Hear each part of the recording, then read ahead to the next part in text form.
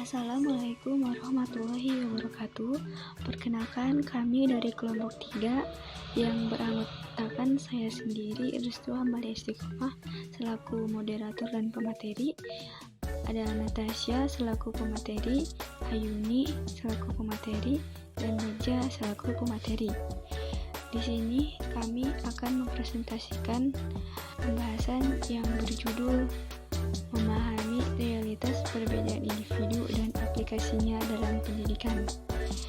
Nah, terdapat 3 materi yang akan kami sampaikan. Yang pertama itu ada konsep dasar perbedaan individu, kedua area perbedaan individu, dan yang ketiga aplikasi keragaman individu dalam pendidikan. Baik, untuk mengefisiensikan waktu, langsung saja kita masuk ke materi yang pertama yang akan dibahas oleh Anastasia. Waktu dan tempat kami persilahkan. Baik, terima kasih kepada moderator yang sudah memberikan saya kesempatan untuk sedikit menjelaskan materi saya. Yang pertama adalah pengertian individu. Manusia adalah makhluk yang dapat dipandang dari berbagai sudut pandang, sejak lahir, bahkan sejak masih dalam kandungan ibunya. Manusia merupakan kesatuan psikofisis atau psikosomatis yang tersusun mengalami pertumbuhan dan perkembangan. Dan yang kedua adalah karakteristik individu.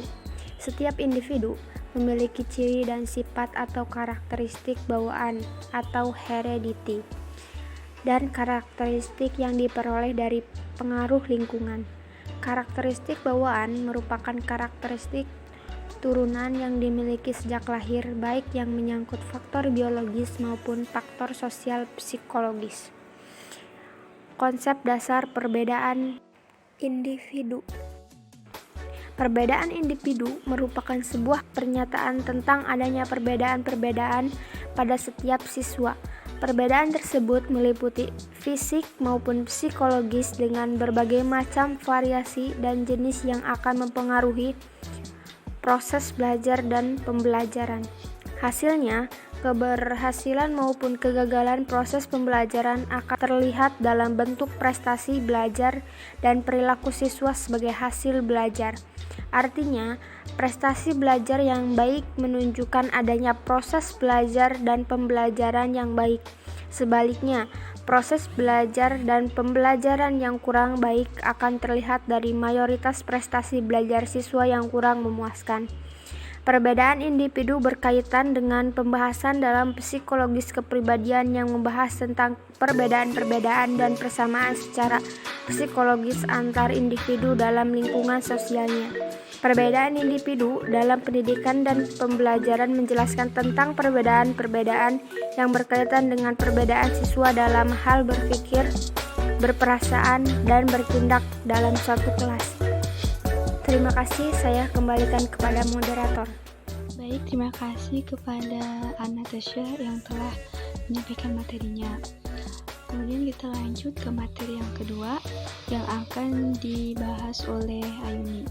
Waktu dan tempat kami persilahkan. Area perbedaan individu. 1. Sumber-sumber perbedaan individu. A. Faktor bawaan. Faktor bawaan disebut juga sebagai faktor keturunan, yang merupakan faktor biologis yang diwariskan melalui mekanisme genetika dari generasi ke generasi, sehingga individu sudah memiliki potensi sejak lahir di dunia. B. Faktor lingkungan. Menurut Wasti Soemanto, faktor lingkungan adalah segala sesuatu yang berada di luar seseorang individu, baik yang bersifat fisiologis, psikologis maupun sosial-kultural, yang dapat mempengaruhi atau membuat kepribadian seorang individu.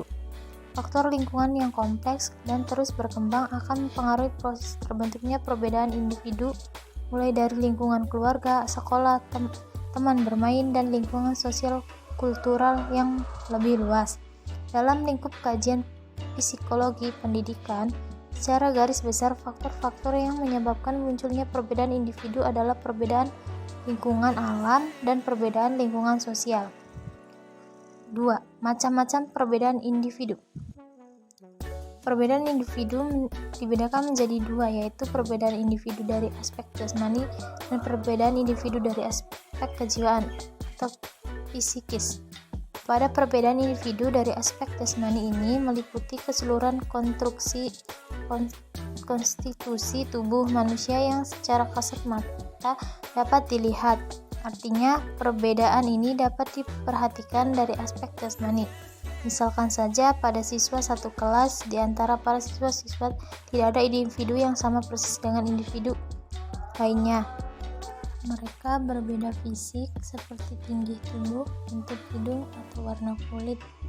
Sekalipun pada individu yang sama atau kembar, tidak menutup kemungkinan ada suatu bentuk fisik yang berbeda, misalnya tai lalat. Uraian tersebut merupakan gambaran aspek perbedaan fisik pada individu manusia. Fudiartanto tahun 2002 merinci perbedaan individu pada aspek kejiwaan atau psikis. Secara garis besar meliputi rakat, sikap, perasaan, kecerdasan, minat, dan motif.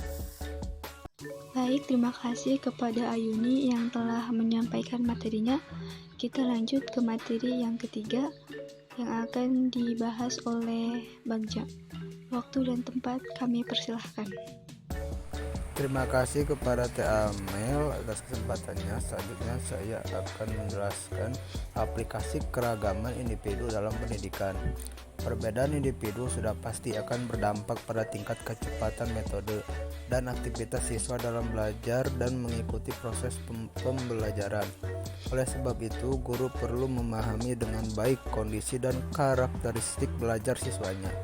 Program-program belajar yang sering diterapkan diantaranya akselerasi learning, remedial learning, Dalton Laboratory Plan, dan Winnicott Plan. Terus yang ke satu adalah akselerasi learning atau pembelajaran percepatan.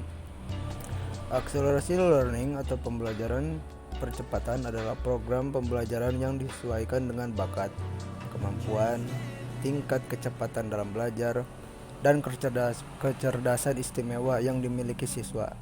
Metode belajar dalam akselerasi learning mengakui bahwa masing-masing individu memiliki cara belajar pribadi, pilihan yang sesuai dengan karakter dirinya. Oleh karena itu, ketika seseorang belajar dengan menggunakan teknik-teknik yang sesuai dengan gaya belajar pribadinya, maka berarti ia telah belajar dengan cara yang paling alamiah bagi dirinya sendiri. Implementasi akselerasi learning menurut Meyer didasari oleh beberapa prinsip penting, yaitu 1. Belajar melibatkan seluruh pikiran dan tubuh. 2. Belajar berkreasi. 3. Kerjasama membantu proses belajar. 4. Pembelajaran berlangsung pada banyak tingkatan secara simultan. 5. Belajar berasal dari mengerjakan pekerjaan itu sendiri. 6. Emosi positif sangat membantu pembelajaran. Terus yang kedua, remedial learning atau pengajaran remedial. Remedial learning atau pengajaran remedial adalah bentuk pengajaran yang khusus diberikan kepada siswa yang mengalami belajar, atau program remedial dapat dilakukan dengan cara memberikan jam pelajaran tambahan atau tugas tambahan baik secara individu atau kelompok, sehingga mereka dapat mengejar ketinggalan materi pelajaran dari kelas reguler. Tujuan pembelajaran lebih diarahkan pada peningkatan atau improvement prestasi belajar siswa, baik secara kualitatif maupun kuantitatif, sehingga setidak-tidaknya dapat membantu kriteria keberhasilan minimal yang dapat diterima. Adapun fungsi dari program pembelajaran ini adalah 1. Fungsi korelatif, yakni mengadakan perbaikan atau pembetulan terhadap kesalahan-kesalahan yang dilakukan oleh siswa. 2. Fungsi penyesuaian, yakni membuat siswa mampu memahami diri dalam kemampuan dan keterampilannya. 3. Fungsi pengayaan, yakni mengajukan perbaikan yang diharapkan mampu memperkaya pengetahuan. 4. Fungsi percepatan, yakni perbaikan diharapkan akan dapat mempercepat penguasaan siswa terhadap bahan pelajaran. Selanjutnya kita kembalikan ke moderator. Baik, terima kasih kepada Bagja yang telah menyampaikan materinya. Kemudian kita lanjut ke materi yang keempat, yaitu akan dibahas oleh saya sendiri. Poin yang ketiga yaitu Dalton Laboratory Plan, dicetuskan oleh Helen Parkhurst dan dilaksanakan mulai tahun 1920 pada tingkat sekolah menengah dengan menekankan pada dasar-dasar kebebasan, interaksi kelompok, motivasi dengan pengertian sehingga memiliki inisiatif sendiri.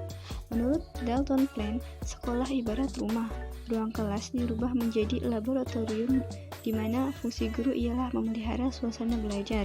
Guru memberikan nasihat terhadap kegiatan yang dilakukan anak, menjawab pertanyaan, memimpin diskusi dengan siswa untuk hal-hal yang diinginkan siswa. Tugas siswa disusun dalam bentuk kontrak untuk masa 1 bulan penuh.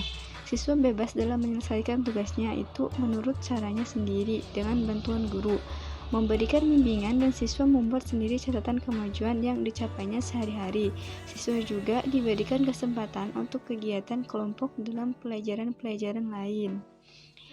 Poin yang keempat yaitu Winnetka Plan. Pencetusnya adalah Carlton Washburn pada tahun 1919. Dasar filosofinya adalah siswa dibebaskan untuk mengikuti pelajaran yang telah dipilihnya sendiri dalam tiap-tiap mata pelajaran yang meliputi keseluruhan kurikulum yang ditempuhnya. Alasannya adalah untuk menemukan tingkatan belajar secara individual untuk tiap mata pelajaran dan membentukkan lebih lanjut atas dasar yang sudah ada. Washburn memulai dengan mengeja. Atas dasar tes pendahuluan yang diberikannya, ia menemukan batas pelajaran yang belum diketahui anak. Selanjutnya, siswa diberi tanggung jawab untuk menguasainya sampai batas waktu tertentu. Demikian untuk pelajaran-pelajaran yang lain juga sama. Baik, hanya sekian materi yang dapat kami sampaikan. Sebelum kami tutup, saya akan menyampaikan kesimpulan dari pembahasan yang tadi. Jadi kesimpulannya adalah 1. Manusia merupakan kesatuan psikofisis atau psikosomatis yang terus mengalami pertumbuhan dan perkembangan.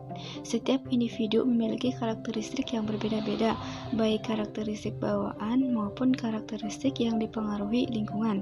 Yang kedua, perbedaan individu dalam pendidikan dan pembelajaran menjelaskan tentang perbedaan-perbedaan yang berkaitan dengan perbedaan siswa dalam hal berpikir, berperasaan, dan bertindak dalam satu kelas. Yang ketiga, faktor-faktor yang mempengaruhi penyebabnya munculnya perbedaan individu adalah faktor bawaan dan faktor lingkungan yang meliputi lingkungan alam atau lingkungan yang statis dan lingkungan sosial atau lingkungan yang dinamis. Selain sumber-sumber perbedaan individu juga terdapat macam-macam perbedaan individu yang meliputi bakat, sikap atau attitude, cita-cita, minat, hobi, motif perhatian, kehendak, perasaan, afeksi, emosi, dan kecerdasan. Yang keempat, kemudian pengaplikasian teori perbedaan individu siswa dalam proses pembelajaran adalah dalam program remedial, program pengayaan atau enrichment, dan program percepatan atau acceleration. Cukup sekian yang dapat kami sampaikan. Kurang lebihnya kami mohon maaf. Wabillahi taufiq wal hidayah. Wassalamualaikum warahmatullahi wabarakatuh.